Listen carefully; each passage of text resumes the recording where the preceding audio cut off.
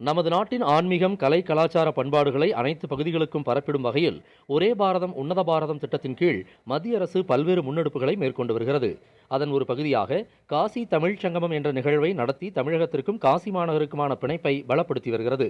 நாமக்கல் மாவட்டம் திருச்செங்கோடு பகுதியைச் சேர்ந்த மாணவர் பிரகாஷ் பழனிவேல் என்பவர் காசி தமிழ்ச் சங்கமம் 4ஆம் பதிப்பில் பங்கேற்று தனது அனுபவங்களை பிரதமர் திரு நரேந்திர மோடிக்கு கவிதை வடிவில் பகிர்ந்துள்ளார்.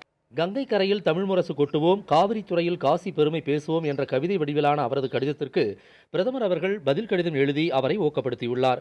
தமிழ் மொழியின் பெருமைகள், தமிழகத்தின் கலாச்சாரம் ஆகியவற்றை காசி மாநகரில் பகிர்ந்து கொண்ட மாணவர் பிரகாஷுக்கு பாராட்டு தெரிவித்துள்ள பிரதமர், ஒரே பாரதம் உன்னத பாரதம் திட்டத்தின் தூதுவராக மாணவர் திகழ வேண்டும் என்றும், மாணவரின் கவிதை வடிவிலான அனுபவ பகிர்வு தன்னை மேலும் ஊக்கப்படுத்துவதாகவும் குறிப்பிட்டிருப்பதை மாணவரின் குடும்பத்தினர் மிகவும் மகிழ்ச்சியோடு வரவேற்று பாரத பிரதமருக்கு நன்றி தெரிவித்தனர்.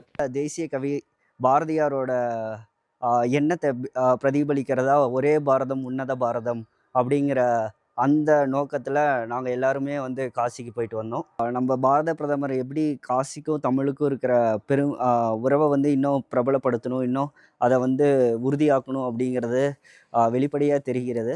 ஃபேமிலியில் இதான் ஃபஸ்ட் டைம் வந்து இப்படி காசிக்கு போயிட்டு வர்றது. அடுத்து இது எங்கள் ஃபேமிலியில் எங்கள் அம்மாவுக்கு, எங்கள் பெரியம்மாக்கெல்லாம் காமிக்கும்போது அவங்களும் ரொம்ப சந்தோஷப்பட்டாங்க.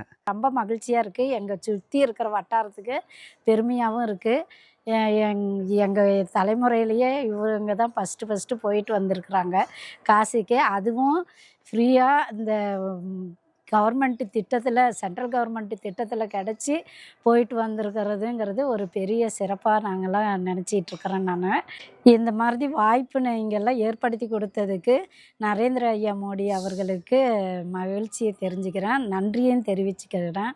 நமது நாட்டின் கலை, கலாச்சார பண்பாடுகளை இன்றைய இளைஞர்கள் கட்டிக்காத்து வருவது பாரத பிரதமர் அவர்களின் முயற்சிகளுக்கு மேலும் உறுதுணையாக அமைந்துள்ளது.